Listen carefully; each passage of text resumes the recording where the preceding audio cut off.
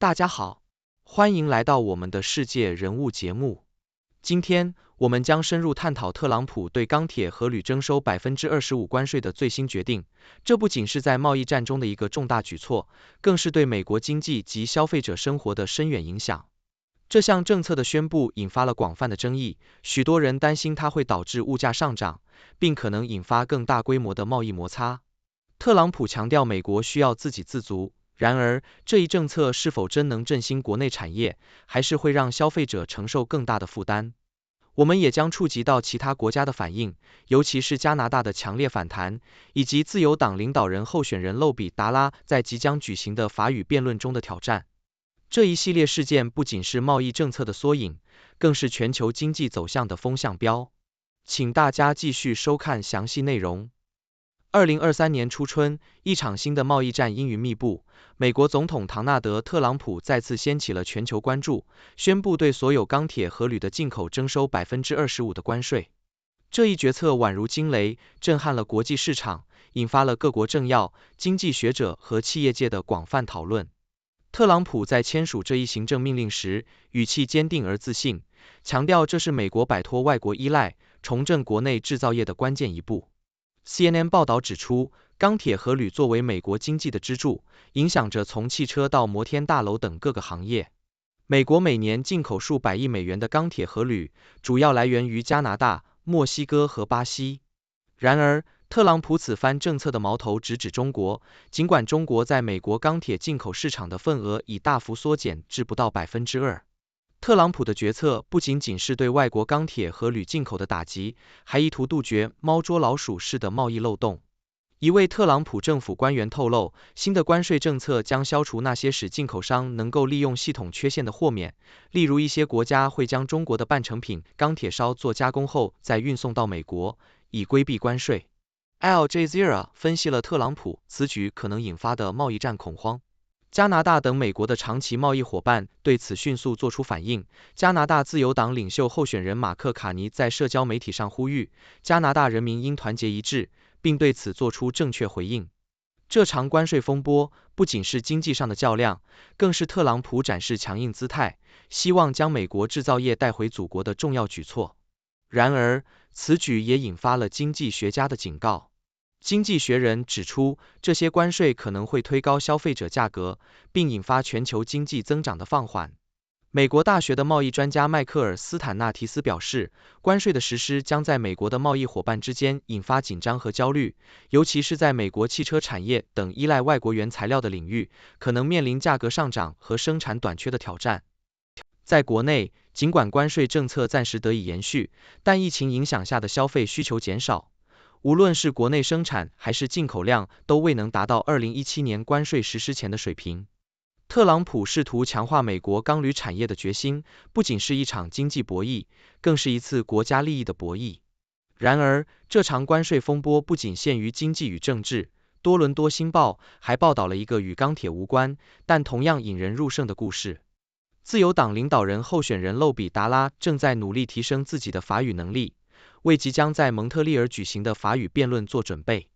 他计划在辩论中依赖翻译帮助，这无疑是一种勇敢的尝试，也展现了他在政治舞台上追求梦想的坚定信念。达拉表示，他是最适合挑战特朗普的候选人，力图将自由党引向中间路线。他的决心与特朗普的强硬形成鲜明对比，这不仅是一场政策较量，更是一场理念的碰撞。这些事件描绘出了一幅错综复杂的国际与国内形势图景。特朗普的关税政策、贸易战的风险，达拉的坚持与努力，共同交织成这段时期中充满挑战与机遇的一幕。随着政策的进一步实施和国际形势的变化，美国的钢铁与铝市场未来的走向仍然充满未知。这场全球瞩目的关税风波将会如何影响美国经济和国际贸易格局，无疑是每个人都在关注的焦点。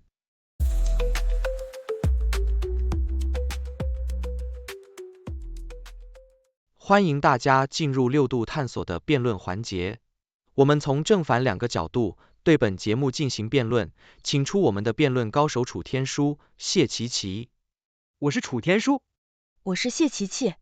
特朗普对钢铁和铝征收25%的关税是一个明智的决策，通过提高进口关税，美国可以减少对外国钢铁和铝的依赖，促进国内生产，创造更多的就业机会。在美国历史上，保护主义政策曾多次拯救遭受衰退的产业，例如1930年代的斯穆特获利关税法案。此外，关税收入也为美国政府提供了额外的财政资源。更重要的是，这一政策向全球传达了一个信号：美国将坚决保护自己的经济利益，不再容忍不公平的贸易行为。虽然短期内可能带来一些价格上涨，但长期来看，美国的制造业将因为更加健康的竞争环境而受益。我是评委合理，我想对两位精彩的辩论做出评论。楚天舒在辩论中提出，特朗普对钢铁和铝征收25%关税的决策是明智的，这一观点引发了不少思考，但同时也存在一些问题需要深入探讨。而谢奇奇则对此提出了有力的反驳，两者的辩论中展现出的思考深度和立论逻辑值得我们细细品味。楚天舒的论点主要集中在保护主义的历史和贸易政策的经济利益上。他提到了美国在过去曾经采取的保护主义措施以及这些措施对于拯救产业的重要性。然而，这种历史举例的策略在当前全球化背景下却显得有些片面。当今世界的经济依赖已经不再是简单的钢铁和铝的贸易问题，而是涉及到高科技、服务业及供应链的整体竞争。过度的保护主义可能会使美国自身的产业在全球竞争中变得不具竞争力，因为他们将无法享受到全球市场的优势和创新活力。此外，楚天舒提到的关税收入确实可以为政府提供额外的财政资源，但这种短视的思维忽略了关税对于消费者和整体经济的影响。关税的提高往往会导致进口商品价格上涨，最终将成本转嫁给最终消费者，这无疑对普通民众的生活造成影响。长期来看，这样的政策可能会导致经济增长放缓，最终损害国内经济的活力。而谢奇奇则从多个角度对楚天舒的观点进行了质疑。他指出，特朗普的关税政策不仅可能引发贸易战，还可能使得美国在国际贸易中失去合作伙伴。随着全球供应链的相互依赖加深，单边主义政策往往会引发其他国家的反制，最终露出美国经济的脆弱面。谢奇奇强调了自由贸易的重要性，并指出真正促进产业发展的应该是技术创新和市场竞争，而非仅仅依赖保护主义手段。总结来说，楚天舒和谢奇奇的辩论展现了当前贸易政策中保护主义与自由贸易之间的激烈对抗。虽然楚天舒的论点有其历史依据，但在新时代的背景下却显得不够全面，缺乏对当前全球经济形势的深刻理解。谢奇奇的反驳则为我们提醒了自由贸易在促进经济增长与技术创新方面的重要性。这场辩论不仅让我们看到了不同的经济观点，也促使我们思考如何在全球化背景下制定合理的贸易政策。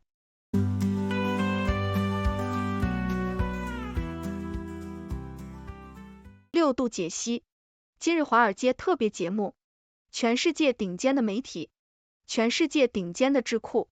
对时局的及时报道与分析，独一无二。6度解析，随时奉献。谢谢大家收看6度探索。这是一个由科学家、经济学家、媒体人、工程技术人员合作建立的新型媒体，网友与6度 AI 参与合作完成各种内容，这些内容不能作为任何决策或法律的意见。这是一个新型的试验性媒体方式，我们希望得到大家的支持，修正错误。网友可以参与讨论，也可以向万能的6博士提出你能想出的任何问题。6度世界网址是6度 World， 请介绍给你的亲朋好友。